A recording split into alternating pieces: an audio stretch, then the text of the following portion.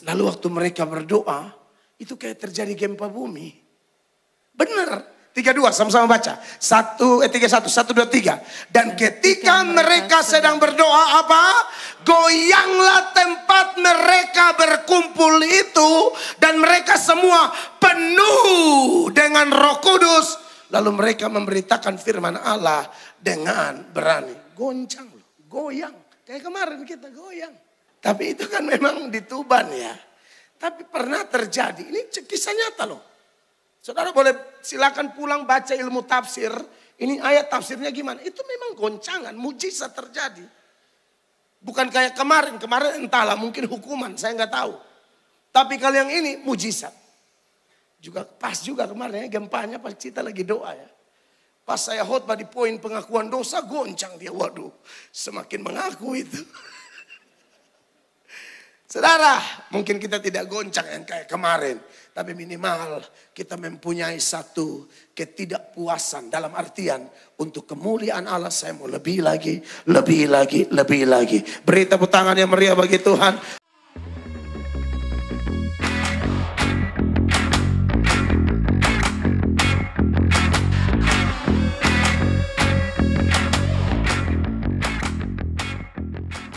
Beri tepuk tangan yang meriah bagi Tuhan. Silakan duduk Bapak Ibu, jemaat dan kawan-kawan pelayan semua. Shalom. Puji Tuhan, satu anugerah yang luar biasa.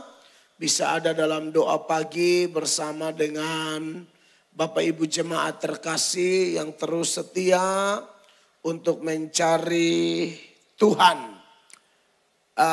Firman Allah mengajarkan kepada kita melalui teladan Rasul Paulus, saudara-saudara, bahwa sekalipun dia sudah ditangkap oleh Tuhan, tetapi Rasul Paulus bilang, aku akan mengejarnya.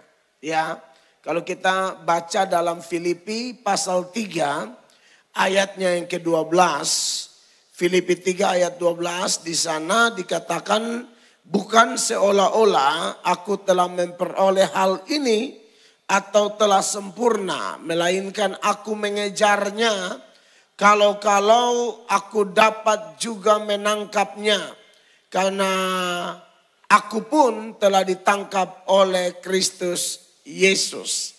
Bapak Ibu tahu bersama ya bahwa Rasul Paulus ditangkap oleh Tuhan Yesus Kristus dalam satu sejarah kisah yang ada dalam kitab suci sampai hari ini dalam Kisah Para Rasul pasal 9 ayat 1 dan seterusnya, ketika Rasul Paulus dengan penuh kemarahan, ya penuh kebencian mendapatkan surat tugas dari pemimpin-pemimpin agama di Yerusalem untuk mengejar, menganiaya, menangkap, menganiaya dan membunuh orang-orang percaya pada waktu itu, perempuan, laki-laki, tua, muda, itu dikejar oleh Rasul Paulus menuju kota Damsyik. Tapi sebelum pintu gerbang Damsyik terbuka, ternyata pintu anugerah terbuka bagi Paulus. Kalau pintu Damsyik yang terbuka, maka penganiayaan terjadi. Kalau pintu Damsyik yang terbuka, maka dosa terjadi. Kalau pintu Damsyik terbuka, yang ada adalah jeritan kesakitan gara-gara penganiayaan yang dilakukan oleh Paulus dan tim.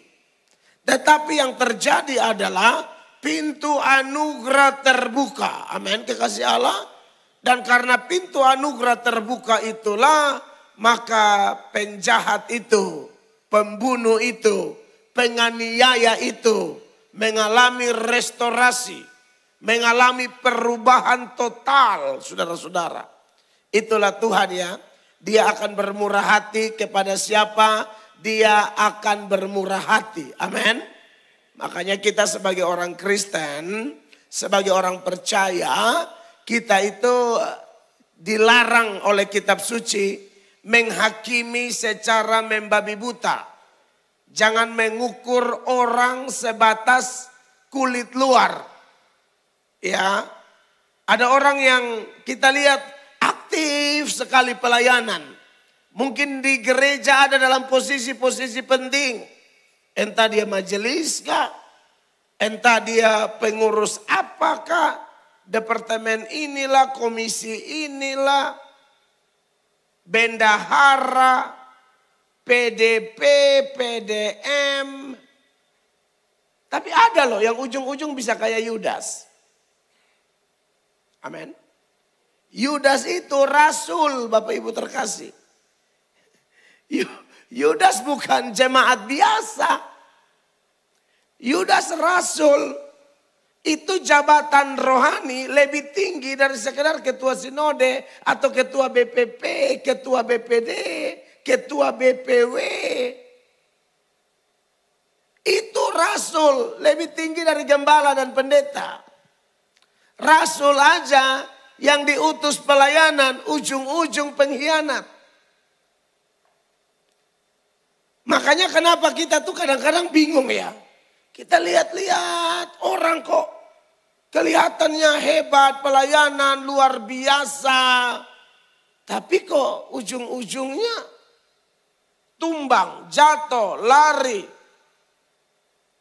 Saya sebagai seorang yang sering melakukan bantahan-bantahan di sosial media. Bantahan yang saya lakukan adalah kalau orang yang tahu-tahu ganggu iman kita, itu saya tidak bisa diam.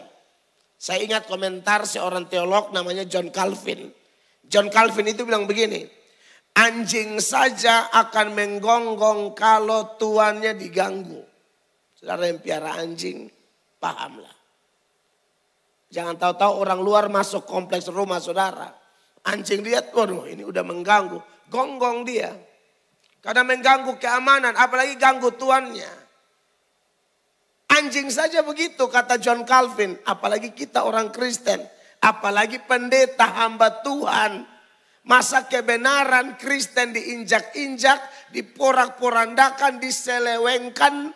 Lalu kita diam saja. John Calvin bilang, anjing lebih baik dari saya kalau model begitu. Pendeta ini hidup dari Injil. Ditangkap Tuhan seperti Paulus, anugerah. Nah saya sering melakukan bantahan. Dan bantahan yang paling tajam yang sempat viral di media sosial dari 3 tahun lalu. Dan penontonnya di channel saya kurang lebih video itu aja udah 9, sekian juta. Di Facebook saya nggak tahu berapa banyak juta. Belasan juta. Mungkin udah 20-an juta kali. Itu ada pendeta jadi mualaf. Sebenarnya nggak ada masalah kok, ini kan negara hukum. Siapa mau memeluk agama apa silakan kan begitu. Tapi yang menjadi soal setelah jadi mualaf, jadi ustadz, bukannya fokus belajar Al-Quran, tapi fokus hina-hina Alkitab. Itu yang saya tidak setuju. Karena bagi saya, kalau Anda sudah sudah berpindah agama, ya fokus kepada agama barumu. Ya toh, misalnya kalau sudah pindah orang Kristen, ini pendeta loh, Yahya Waloni. Atau beberapa yang lain yang ngaku-ngaku pendeta. Nggak ada masalah, suka-suka lu. Kan ini hukum di negara ini mengatur kebebasan orang memeluk agama apa saja, itu hak asasi kita kan. Nggak ada masalah. Ya. Kalau kamu sudah pindah artinya kamu tidak tertarik lagi dengan Alkitab gitu kan. Jadi enggak usah lagi bahas Alkitab, itu maksud saya. Oh ini saya nggak cocok nih, kayaknya nggak suka. Ya udah nggak apa-apa, tinggalin, nggak usah usik dia. Kitab sucimu yang baru di agama baru, fokus ke situ. That's it. Oke. Sebaliknya saya juga fair. Saya banyak baptis orang dari agama lain yang membuat keputusan. Banyak banget saya baptis. Satu keluarga muslim datang serahkan diri, saya baptis. Tapi saya bilang, jangan singgung-singgung lagi agama lamamu ya. Apalagi menghina, enggak boleh. Fair dong. Sampai hari ini saya ngomong. Kemarin saya masih kasih kuliah umum seputaran apologetika. Semalam nih, hanya karena gempa bumi. Haleluya. Jadi akhirnya online. Ibu Mary dan tim Bawa saya ke restoran, cari restoran yang wifi-nya kencang. Wifi-nya kencang, orang yang makan juga ributnya kencang. Jadi repot. Yang kuliah dengar, Pak bunyi-bunyi apa tuh? Iya ini lagi gempa. Jadi akhirnya kekasih Tuhan, saya kuliah di sana dan ada yang bertanya itu. Saya bilang kita tidak berapologetika. Apologetika itu adalah pembelaan iman. Ya, kita tidak membela iman dengan cara mempelajari agama orang. Lalu apa yang kita tahu kita pakai serang agamanya. Tidak ada itu di Kristen. Tidak ada. Kita ini saudara-saudara tinggal di daerah misalnya di Jawa Timur ya. Ini daerah majemuk ya dan kita minoritas katakanlah begitu seluruh Jawa Timur. Ingat apa yang Tuhan firmankan kepada Yeremia waktu Allah suruh dia berkhotbah kepada orang Yehuda yang ada di pembuangan di Babel. Dalam Yeremia 29 ayat 7. Coba perhatikan ayat ini. Silakan Yeremia 29 ayat 7. Mikrofonnya Pak. Usahakanlah kesejahteraan kota kemana kamu aku buang. Dan berdoalah untuk kota itu kepada Tuhan. Amin. Sebab apa? Kesejahteraannya adalah kesejahteraanmu.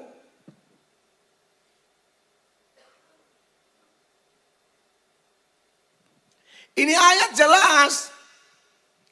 Berdoalah bagi kota itu. Padahal itu mereka dibuang loh. Saya tidak tahu apakah saudara ini orang Surabaya asli semua. Tapi kalau ada Anda yang pendatang di sini. Tugasmu doakan kota ini. Tuhan tidak suruh doakan kota ini supaya semua orang Surabaya jadi Kristen. Itu urusan Tuhan. Pokoknya berdoa supaya negeri ini diberkati.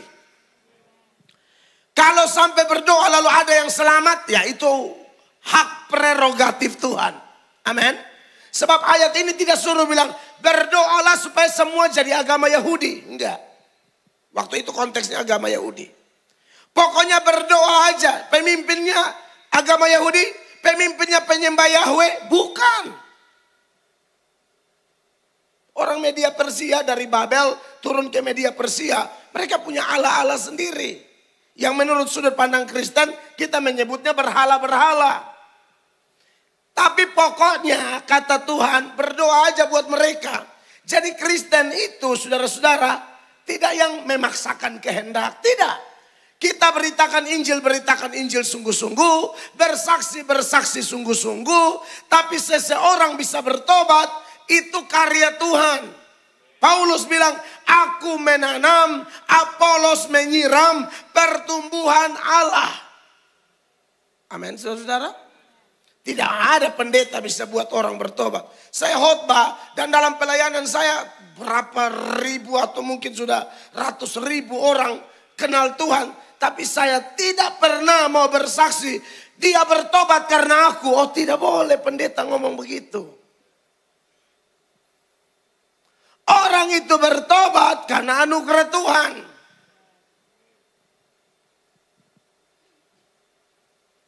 Saudara masih ingat? Ketika Simon Petrus jatuh, ini kita kalau dalam kalender gereja, ini lagi ada di minggu-minggu sengsara. Ya. Minggu-minggu sengsara menuju Jumat Agung dan Paskah. Ya minggu-minggu Prapaskah, itu kalau kalender gereja secara menyeluruh sedunia.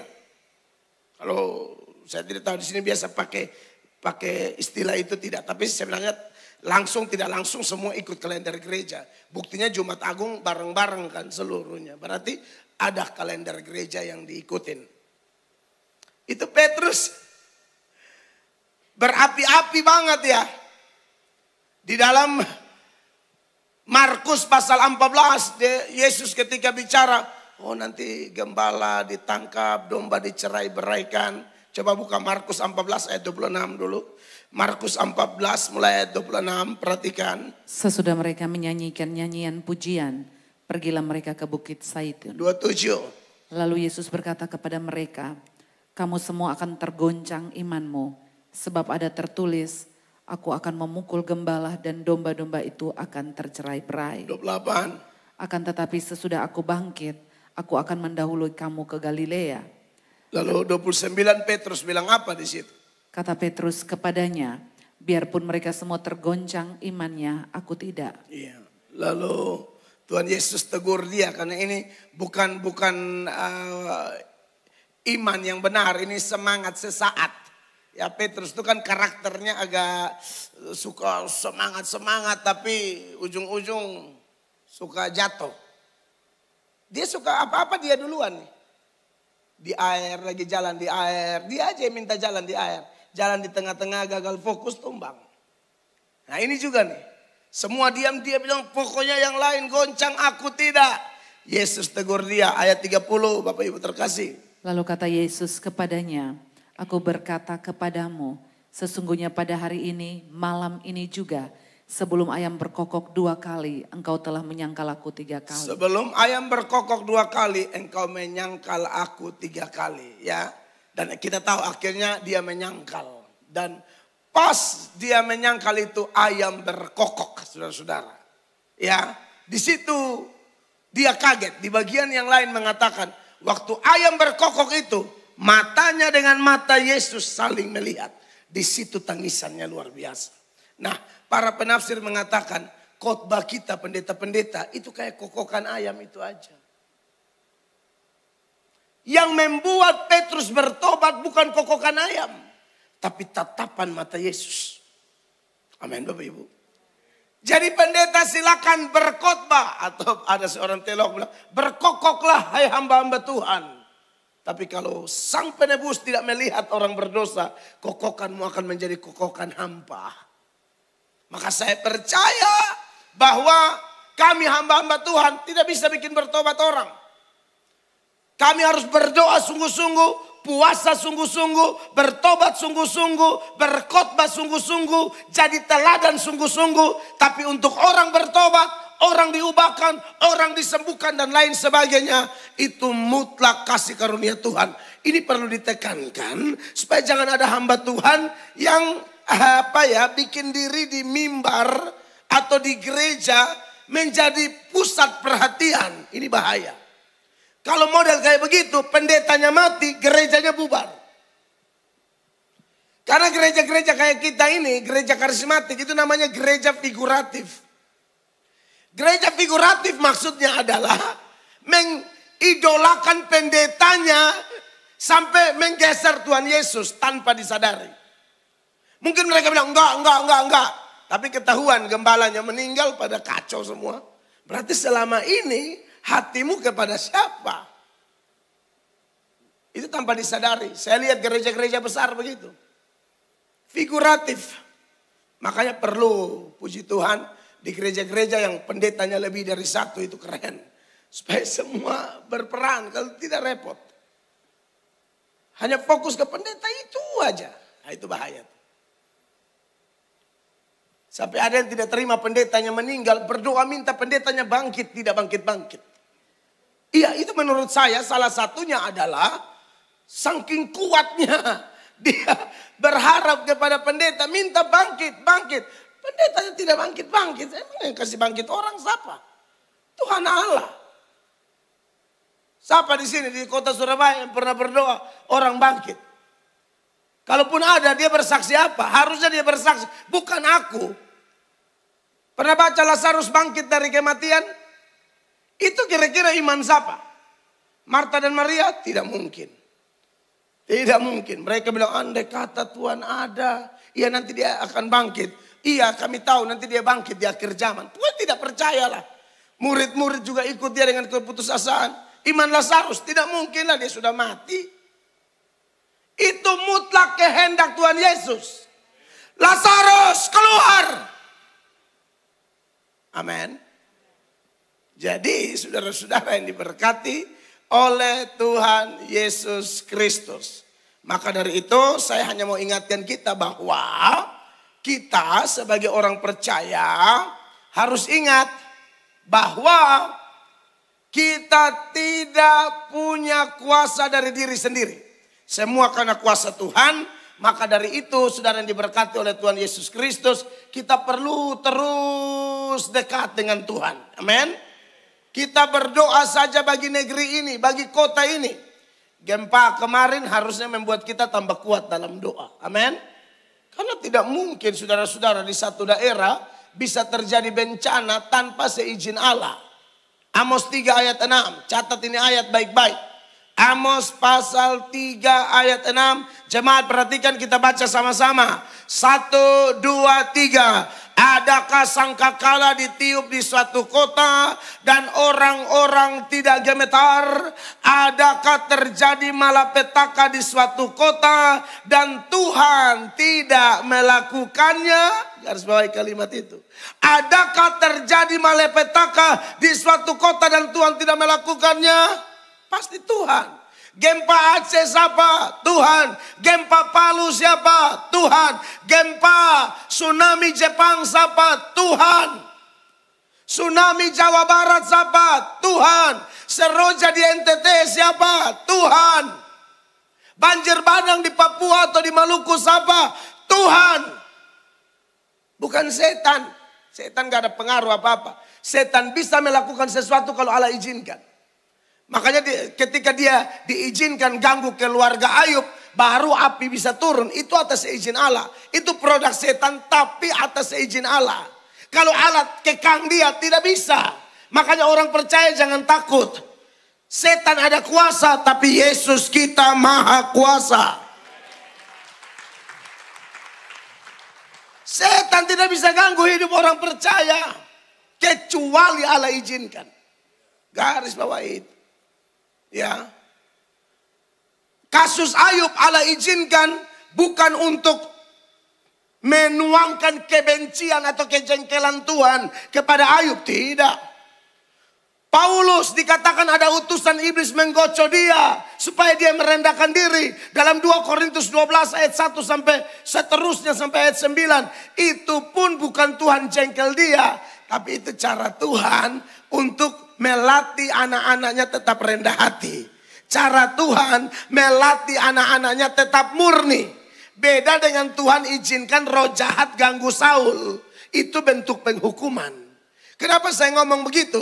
Karena kalau ada orang Kristen model kayak Saul, tidak total cinta Tuhan, Kristen KTP, satu kaki di gereja, satu kaki di dosa, satu kaki di gereja, satu kaki di setan, satu kaki di pelayanan, satu kaki di kedagingan. Allah bisa memperlakukan kita seperti Allah memperlakukan Saul. Dia suruh setan hukum kita. Bisa? Bisa. Maka itu perlu diwaspadai ya Bapak Ibu terkasih. Tidak mungkin anak Tuhan tahu-tahu setan masuk kerasukan. Doa-doa terus langsung cakar-cakar karpet. Langsung bilang saya roh ini. Tergantung pendetanya. Kalau ada pendeta tertentu dia tempeleng rohnya hilang. Masih ada? Sudah hilang Pak. Mantap. Jangan aneh-aneh di gereja ya. Kita lagi ibadah kok roh kalajengking lah, roh harimau. Gua cakar juga loh. Tergantung pendetanya. Kalau pendetanya kurang belajar, pendetanya udah ketakutan. Waduh ada singa. Karena pendeta yang sudah tahu cara mainnya selesai. Ada orang doa-doa di gereja. Tiba-tiba pendeta pergi lihat jam tangannya bagus. Pendeta sengaja mau hantam jam tangannya di kursi. Dia, pendeta apaan sih? Berarti ini omong kosong dari tadi lu nih. Lu jangan ajarin gua, saya pemain masalah begini. Lu teriak-teriak cari perhatian. Bukan Roh Kudus. Beda. Orang punya kepekaan kalau Roh Kudus kerja. Ada tuh yang suka bikin-bikin aneh-aneh. Ibu-ibu di rumah kurang perhatian. Makanya suami-suami tolong perhatian istri supaya dia jangan bikin aneh-aneh di gereja. Ya, dia kurang healing tuh. Kurang refreshing ya. Kurang quality time. Nah, saudara yang diberkati oleh Tuhan Yesus Kristus. Jadi, saudara-saudara, kita punya Tuhan yang hebat. Amin. Kita punya Tuhan yang luar biasa. Kita punya Tuhan yang dahsyat, yang sanggup melakukan hal-hal luar biasa bagi saya dan saudara. Sepanjang kita sungguh-sungguh tulus berserah kepada Dia, memahami rencananya, memahami kuasanya, memahami cara kerjanya, dan memiliki hati hamba, percaya deh, Tuhan akan membela kita luar biasa. Amin. Nah, saudara-saudara, kembali kepada pembacaan nats pembuka kita ya. Saya mulai dengan Rasul Paulus tadi dalam Filipi pasal 3 ayat 12 ya. Saya mau bicara tentang kepuasan di sini ya. Kepuasan secara rohani. Sekali lagi kita perhatikan ayatnya. Bukan seolah-olah aku telah memperoleh hal ini atau telah sempurna, melainkan aku mengejarnya kalau aku dapat juga menangkapnya, karena aku pun telah ditangkap oleh Kristus Yesus. Ini satu ayat yang menarik sekali yang perlu diteladani oleh orang Kristen. Seperti yang saya sampaikan tadi bahwa Rasul Paulus ini sudah ditangkap oleh Tuhan, tapi dia berusaha mengejarnya. Bapak Ibu yang diberkati oleh Tuhan Yesus, dalam hidup ini ada hal-hal tertentu yang harus kita puas. Ada. Puaslah dengan pasangan hidup kita. Itu harus puas. Ya, ada orang yang tidak puas dengan pasangan hidup, makanya aneh-aneh di mana-mana. Termaksud pendeta juga banyak yang selingkuh. Pendeta ada yang selingkuh. Oma-oma dia tidak mau konseling, tapi kalau janda-janda muda dia bilang marilah kepadaku. Semua yang muda dan kuteksnya merah, kuning, hijau di langit yang biru. Nah, itu porsi Bapak Gembala tuh. Menurut saya ini ada yang salah di sini. Hati-hati kalau hanya konseling. Kalau saya tidak konseling ibu-ibu, istri saya yang urus. Saya nggak ada urusan sama ibu-ibu. Saya lagi nonton di TikTok lagi rame nih. Pendeta lagi viral-viral, tahu-tahu perempuan-perempuan lapor. 3 hamil. Nanti nonton sendiri deh, saya nggak ngomong. 3 hamil, nanti klik aja di TikTok. Pendeta pelecehan, langsung keluar. 3 hamil, 2 dapat kekerasan seksual, kurang lebih 5. Udah lapor ke Komisi Anak dan Perempuan. Ngeri loh. Awalnya katanya doa pentahiran rumah. Doa pelepasan. Lepas setan bukan lepas baju orang. Ini pelepasan, lepas baju, lepas celana. Waduh kacau. Pendeta. Kalau ngerohnya gila. Makanya saya pernah ingatkan, saya waktu sampai di Amerika, ada pendeta dulu di Surabaya, dia bersaksi. Itu pegang mic, lepas mic bahasa roh. Tapi bersina loh. Bersina malam minggu, hari minggu khotbah, dahsyat lagi. Ayat keluar, bahasa roh lancar. Sampai selesai khotbah, jemaat pegang tangan dengan dia. Bapak, khotbahnya menyentuh sekali. Di situ bapaknya terpukul. Pendeta. Mungkin di YouTube ada juga. Bilang aja pendeta kesaksian selingkuh. Tapi dia udah bertobat. Tapi dia bersaksi. Selingkuh, bahasa roh tetap kencang. Ayat tetap lancar. Pelayanan tetap lancar. Sampai jemaat merasa disentuh. Tapi di situ dia terpukul. Itu dimulai dari apa? Konseling jemaat tadi. Awalnya sharing-sharing. Lama-lama sering-sering. Lama-lama serong-serong. Sharing-sharing, sering-sering, serong-serong, sorong-sorong. Selesai. Jadi Bapak Ibu terkasih, untuk hal-hal tertentu anak-anak Tuhan kita harus puas. Puaslah dengan pasangan hidup kita. Saya sering omong ini di mana-mana ya. Karena kalau rumah tangga rusak, itu kerusakannya menular ke gereja. Gereja rusak menular ke kota. Kota rusak menular ke provinsi. Provinsi lu rusak menularnya negara. Makanya kita yang berdoa pagi merendahkan diri di hadapan Tuhan, keren itu. Tujuannya apa? Supaya kita memenangkan peperangan di dalam diri yang membuat orang kebanyakan tidak puas dengan yang harusnya dia puas. Apa yang harusnya dia puas, dia nggak puas. Kenapa? Karena ada konflik dalam diri yang tidak diobati. Konflik itu kalau tidak diobati, ya, dia akan merambat kepada konflik dengan sesama. Ini pun kalau tidak diobati akan merambat dengan siapa? Konflik dengan Allah. Saya buktikan Yakobus 4 ya, apa yang saya katakan. Yakobus 4 ayatnya yang pertama, ayat ini berkata begini, Bapak Ibu terkasih. Dari manakah datangnya sengketa dan pertengkaran di antara kamu? Dari mana? Bukankah datangnya dari hawa nafsumu yang saling berjuang di dalam tubuhmu? Dari mana datangnya pertengkaran di antara kamu? Kakak adik rebutan tanah, rebutan harta gono gini. Dari mana itu? Hawa nafsu dalam diri. Alkitab yang ngomong loh. Kalau ini tidak diobati, tidak disembuhkan oleh Roh Kudus, oh berat. Menjalar dia. 2. Kamu mengingini sesuatu tetapi kamu tidak memperolehnya. Lalu kamu membunuh. Kamu membunuh. Kamu iri hati. Iri hati. Tetapi kamu tidak mencapai tujuanmu. Lalu kamu bertengkar. Bertengkar. Dan kamu berkelahi. Berkelahi. Kamu tidak memperoleh apa-apa karena kamu tidak berdoa. Bapak Ibu lihat di situ. Roh penurut, daging lemah. Ini dua keinginan ini akan konflik terus dalam diri. Makanya kita yang suka berdoa, berdoalah supaya roh berkuasa atas kita. Sehingga kita tuh ikut menurut Tuhan gitu loh. Jangan semua orang kita tidak suka. Ipar kita tidak suka, mertua kita tidak suka, menantu kita tidak suka, rekan kerja kita tidak suka, kawan pelayanan juga kita tidak suka. Orang begini perlu disembuhkan. Kok lu di mana-mana lu tidak suka semua orang? Pendeta Gilbert pernah ngomong, kalau di matamu semua orang jelek, semua orang salah, kamu tahu tidak kesalahan besar ada pada siapa? Pada kau. Masa semua jelek? Yang benar aja dong. Takutnya kamu keasikan lihat selumbar di mata orang, padahal ada apa? Balok di matamu.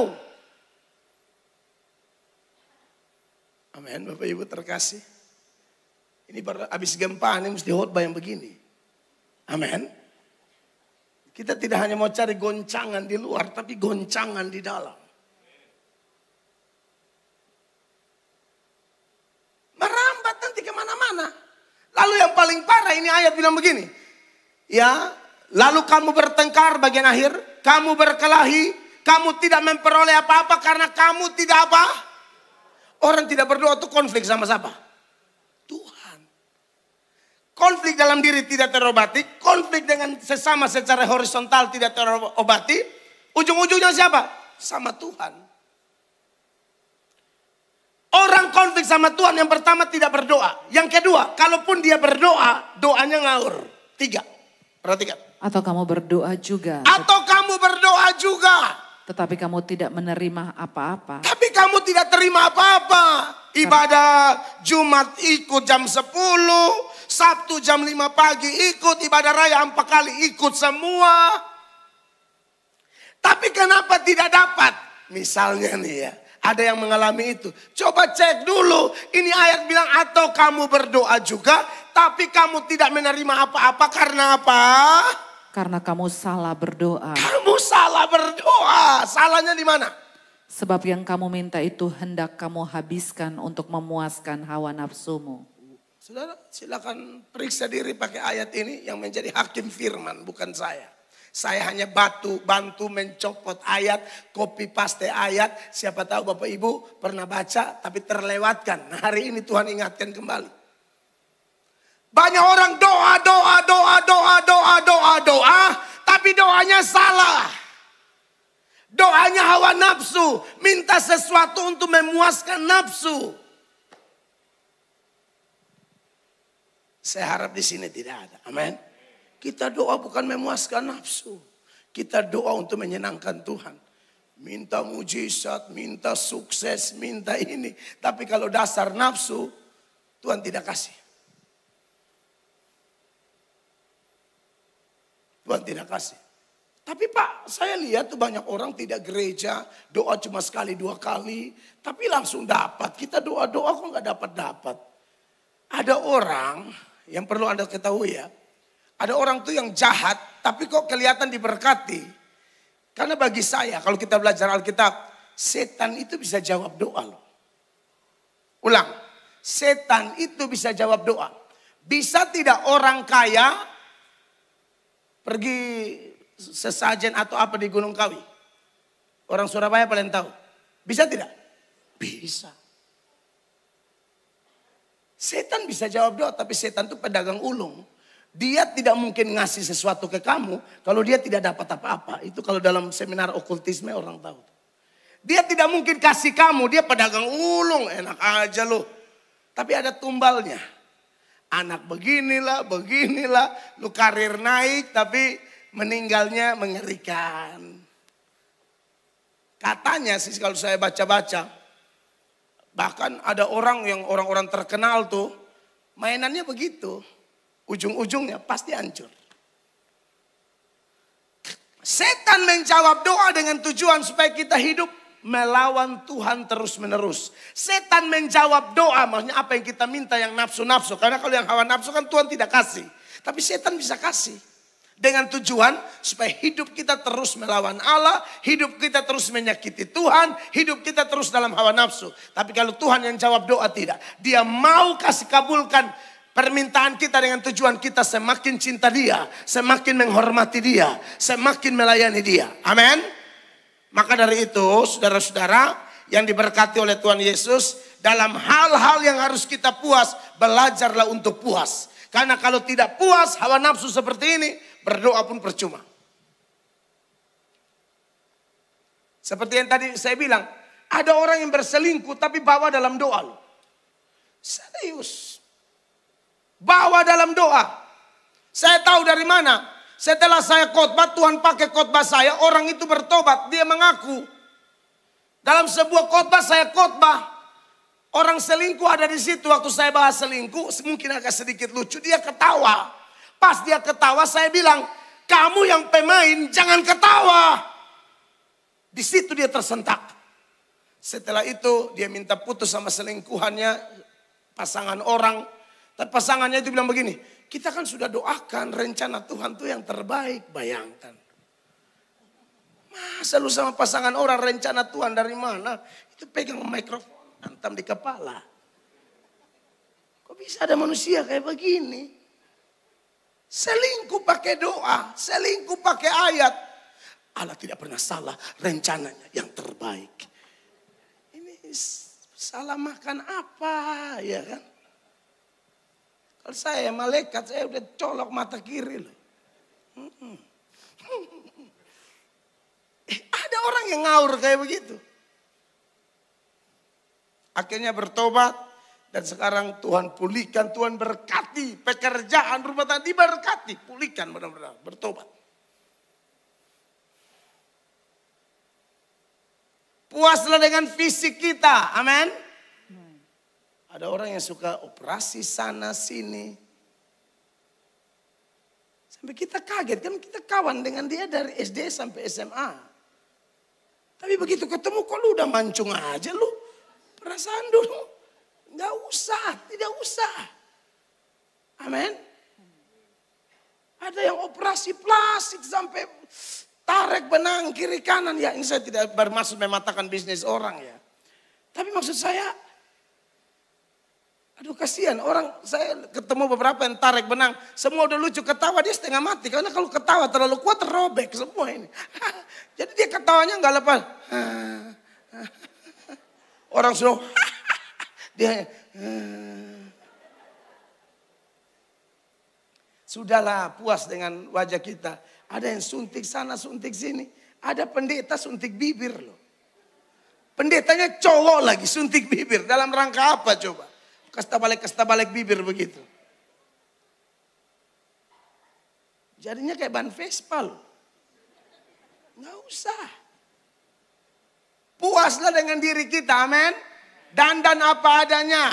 Perempuan-perempuan Kristen, dandan memuliakan Allah. Istri-istri Kristen, dandan memuliakan Allah. supaya doamu dan suamimunya itu bagus. Benar, saya buktikan nih 1 Petrus 3. Ini supaya puas dengan diri lah, jangan tidak puas bikin aneh-aneh. 1 Petrus pasal 3 mulai ayat 1, saudara-saudara. Petrus bilang apa? Demikian juga kamu, hai istri-istri, tunduklah kepada suamimu, supaya jika ada di antara mereka yang tidak taat kepada firman, mereka juga tanpa perkataan dimenangkan oleh kelakuan istrinya. Ada bapak-bapak yang menatap ayat ini sambil berkata, waktu Tuhan telah tiba. Ini yang saya tunggu selama ini. Di mana ayat ini? Dia hanya ngomong di hati ya. Dengan Tuhan pakai pendeta ini luar biasa. Dua. Jika mereka melihat bagaimana murni dan salehnya hidup istri mereka itu. Amin. Bagaimana? Ini maksudnya zaman dulu tuh ada suami tertentu belum bertobat. Ada yang bertobat, ada yang belum. Nah bagi yang belum bertobat, Petrus bilang, sekalipun suamimu belum bertobat, tapi peran kamu besar. Tuhan bisa pakai kamu mengubahkan suamimu, yaitu melalui apa? Kemurnian imanmu, kesalehanmu. Nah manifestasi kesalehan apa? Salah satunya ya dandanannya 3. Perhiasanmu janganlah secara lahiriah, yaitu dengan mengepang-ngepang rambut. Aneh memang. Memakai perhiasan emas atau dengan mengenakan pakaian yang indah-indah. Boleh, tapi jangan menyolok, itu kurang perhatian ya. Dia datang gereja mau bikin heboh sendiri, mau ngapain? Kita mau memuliakan Allah atau mau pamer gaun? Jalan sudah begini aja, darah Yesus berkuasa. Ini mau datang gereja bukan mode show. Amin. Sorry saya mesti ngomong, ada yang begitu di gereja. Baca Alkitab secara Alkitabiah salah. Jangan pakai yang menyolok. Ya, kayak kurang perhatian begitu, jangan. Kita cari perhatian Bapa, bukan cari perhatian manusia. Terus. Tetapi perhiasanmu ialah manusia batinnya yang tersembunyi. Batinmu harus bagus. Dengan perhiasan yang tidak binasa, yang berasal dari roh, yang lemah lembut dan tentram, yang sangat berharga di mata Allah. Berharga di mata Allah. Itu begitu. Ya, kalau baca terus sampai di ayat 7 kemudian suaminya bereaksi, suaminya bijak sama dia. Jadi doa mereka tidak terhalang. Ayat 7 baca sama-sama. 1, 2, 3. Demikian juga kamu hai suami-suami, hiduplah bijaksana dengan istrimu sebagai kaum yang lebih lemah. Hormatilah mereka sebagai teman pewaris dari kasih karunia, yaitu kehidupan, supaya apa? Doamu jangan terhalang. Tidak mungkin orang bisa memiliki hubungan yang baik dengan Allah kalau hubungannya dengan sesama rusak. Terutama orang-orang terdekat. Pasangan. Suami istri kalau satu hati saling menghormati, mantap. Lain hal, beda kasus kalau ada istri dia bertobat sendiri, suami belum. Dan dia datang gereja, dia bawa beban doa. Nah itu beda. Itu Tuhan bisa juga kabulkan doanya, lalu suaminya diubahkan Allah. Tapi pada umumnya kita harus jaga hubungan dengan sesama supaya doa kita dengan Tuhan lancar. Amin. Sekali lagi untuk hal-hal tertentu harus puas. Puas dengan pendapatan kita dan lain sebagainya. Tapi ada hal kedua yang tidak boleh kita cepat puas. Kalau hal itu berhubungan dengan memuliakan Allah, itu tidak boleh puas. Amin. Jam doa kita tidak boleh puas. Kalau bisa doa di gereja tidak boleh puas. Harus terus, cari terus. Makanya Paulus bilang, aku sudah ditangkap tapi aku kejar. Bukan aku sudah ditangkap lalu syukur, selesai. Tidak, aku kejar. Bahkan dia bilang aku berlari-lari. Untuk jam doa ditingkatkan. Jam baca Alkitab ditingkatkan. Kayak kami pendeta-pendeta. Ya. Saya sampai hari ini karena tidak puas karena tujuannya memuliakan Allah. Saya tuh sering nonton khotbah pendeta lain. Tujuannya apa? Belajar dari mereka. Amin Bapak Ibu terkasih. Belajar dari hamba-hamba Tuhan lain. Bahkan di gereja kalau ada jemaat berkhotbah. Saya kadang-kadang tugaskan jemaat berkhotbah. Ada ibu-ibu tidak tamat SD berkhotbah. Tuhan pakai luar biasa. Saya perhatikan sungguh-sungguh. Saya tidak akan main handphone. Saya tidak akan mengukur dia dengan standar saya. Seolah-olah saya pengkhotbah keliling sana sini. Hafal ayat, tahu menjelaskan teks ini, teks itu. Lalu ibu yang tidak tamat SD ini kalau khotbah, saya acting tidur lah, main handphone lah. Saya tidak mau. Karena bagi saya Tuhan pakai dia. Tabur apa tuai itu. Mau didengar, harus mendengar. Amin. Itu hukum tabur tuai, tidak bisa dipisahkan. Makanya saya mau belajar dari siapa saja. Asal dia bicara kebenaran, saya mau belajar dari dia. Amin. Saya yakin kok gereja ini dulu belum ada ini semua-semua toh. Bertahap. Tapi kalau untuk kemuliaan Tuhan boleh. Dulu mungkin keramik, sekarang karpet mahal sekali. Ini bunga-bunga. Kita kayak gereja di Jepang. Iya kan? Luar biasa. Tujuannya apa? Kemuliaan Allah. Rumah Tuhan memang harus lebih bagus dari rumah pribadi. Amin, kekasih Tuhan. Kalaupun rumah pribadi bagus untuk kemuliaan Tuhan. Karena seluruh hidup kita ini kan untuk Tuhan. Dan itu tidak boleh puas. Kejar terus, kejar terus, kejar terus. Amin, kekasih Tuhan. Terus boleh tidak bisnis kita berkembang untuk kemuliaan Tuhan. Kalau itu tujuan kita, jangan puas. Kembangkan terus. Karena ujungnya apa? Kemuliaan bagi Tuhan. Amin, kekasih Allah. Jadi segala sesuatu yang dilakukan dengan alasan untuk kemuliaan Allah, mainkan yang terbaik, buat yang terbaik. Maka saya percaya Tuhan akan memberkati kita luar biasa. Ini adalah orang-orang yang giat untuk Tuhan, termasuk jam doa kita tetap giat untuk Tuhan. Saya tutup dengan satu teks ya. Kalau orang yang giat untuk Tuhan itu tidak puas. Walaupun ada tantangan persoalan dia tidak akan puas. Namanya untuk Tuhan dia tetap melakukan yang terbaik. Itu gereja mula-mula. Simon Petrus, Yohanes. Mereka diancam, mereka ditekan. Mereka dilarang untuk. Kalian tidak boleh lagi pelayanan. Kalian tidak boleh lagi sembuhkan orang dalam nama Yesus. Lalu mereka sharing masalah mereka kepada jemaat. Lalu mereka dan jemaat itu berdoa. Dan menarik dalam sepanjang doa mereka. Saya tidak bahas semua. Saya mau kutip nih. Kisah Para Rasul 4 ayat 29. Setelah mereka doa seperti yang saya bahas kemarin tentang Nehemia. Mereka doa yang memuliakan Allah. Doa mengutamakan Tuhan. Mendahulukan kemahakuasaan Allah daripada masalah mereka. Mereka doa dengan percaya rencana Allah. Mereka kutip firman Allah. Setelah ini semua baru mereka menyatakan beban mereka di ayat 29. Mereka bilang begini. Dan sekarang ya Tuhan, lihatlah bagaimana mereka mengancam kami. Dan berikanlah kepada hamba-hambamu keberanian untuk memberitakan firman-Mu. Karena mereka dilarang, stop beritakan firman. Tapi mereka tidak puas. Diancam loh, zaman itu beda jangan sama zaman sekarang. Kalau beritakan Injil konsekuensinya bisa ditangkap, dibunuh, dipenjara dan sebagainya. Tapi ini orang-orang bukannya bilang, Tuhan tolong lindungi kami, singkirkanlah penjahat-penjahat, bawalah kami ke daerah yang aman. Tidak, Tuhan tambahkan keberanian kepada kami. Anda bayangkan ini tidak puas secara rohani. Saya mau lebih berani lagi. Saya mau lebih berani lagi. Mereka larang sembuhkan orang, mereka minta Tuhan tolong bikin mujizat. Nah, ini keren. Ayatnya yang ke-30. Ulurkanlah tanganmu untuk menyembuhkan orang. Wow. Dan adakanlah tanda-tanda dan mujizat-mujizat oleh nama Yesus hamba-Mu yang kudus. Lalu waktu mereka berdoa, itu kayak terjadi gempa bumi. Benar. 32 sama-sama baca. 31, 1, 2, 3. Dan ketika mereka sedang berdoa apa? Goyanglah tempat mereka berkumpul itu. Dan mereka semua penuh dengan Roh Kudus. Lalu mereka memberitakan firman Allah dengan berani. Goncang loh, goyang. Kayak kemarin kita goyang. Tapi itu kan memang di Tuban ya. Tapi pernah terjadi. Ini kisah nyata loh. Saudara boleh silakan pulang baca ilmu tafsir. Ini ayat tafsirnya gimana. Itu memang goncangan, mujizat terjadi. Bukan kayak kemarin. Kemarin entahlah mungkin hukuman, saya nggak tahu. Tapi kalau yang ini mujizat. Juga pas juga kemarin ya, gempanya pas kita lagi doa ya. Pas saya khotbah di poin pengakuan dosa, goncang dia. Waduh, semakin mengaku itu. Saudara, mungkin kita tidak goncang yang kayak kemarin.